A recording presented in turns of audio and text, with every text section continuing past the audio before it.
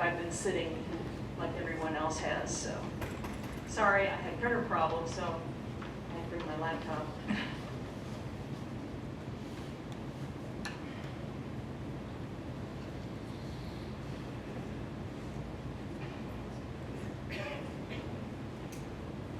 My name is Ellen Mershon. I live in Loveland. I've been a long-time Loveland resident.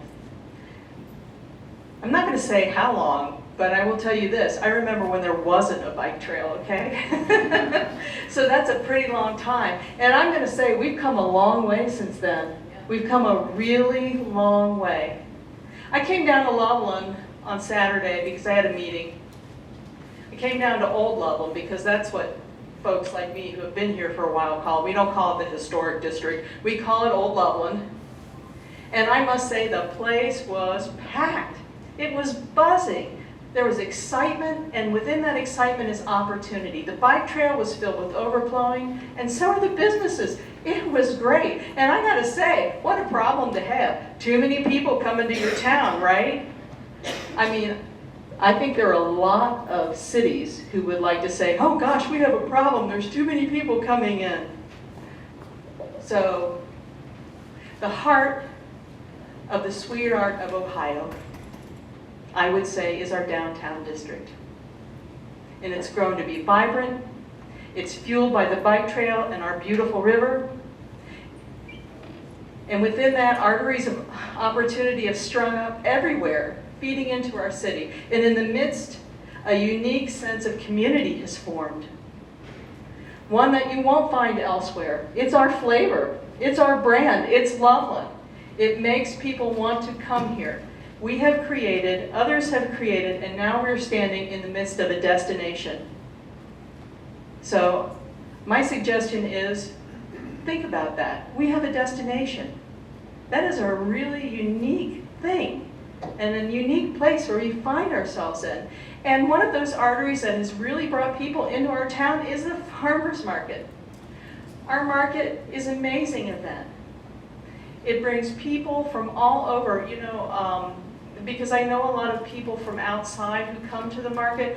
I had people reaching out to me from Lebanon and Milford. They were distressed. They were like, there's not going to be a market. We bring our families down. We go to Nesbitt Park. We go to restaurants. We make it an event. I said, no, that's not true.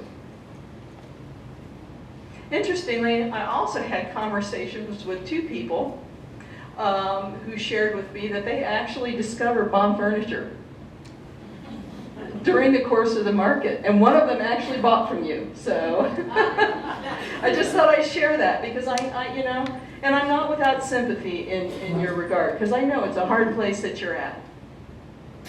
I do have to say that it was not a good thing last year when the market was relegated to the site of the old bowling alley that was soon to be demolished.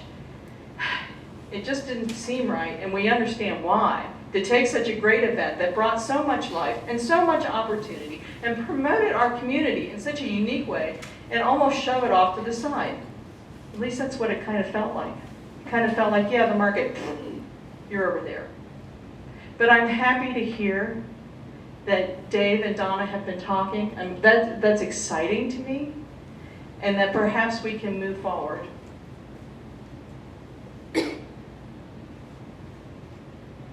I've seen a lot of discussions about, the farmers market and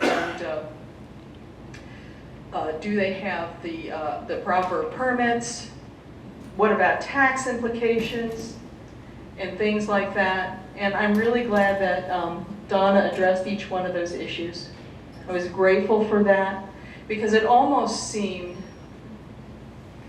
as if it was some type of thing to cast aspersions on the market, and that didn't set well with me. I'm just going to say that, It was disingenuous.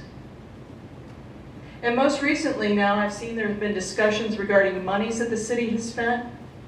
Well, if we're really going to complain about $1,301, then what about the budgeting for $115 for signs for parking, or money to be used to silence train whistles, Or how much money did we spend on Loveland Station?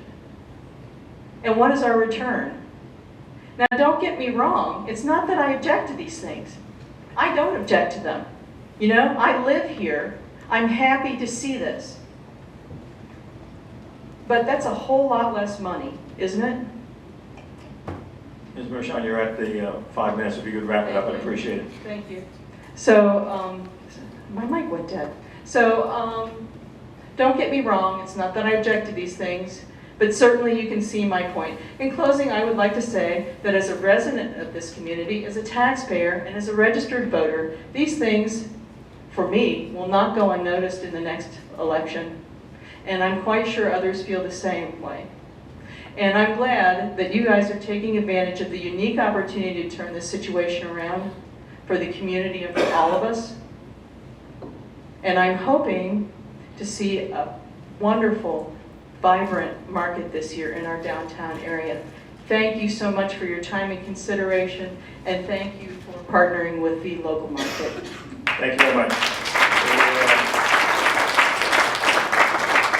Next speaker, Dave Bednar. Mr. Bednar, if you come to the podium. I will hold my comments for a later date.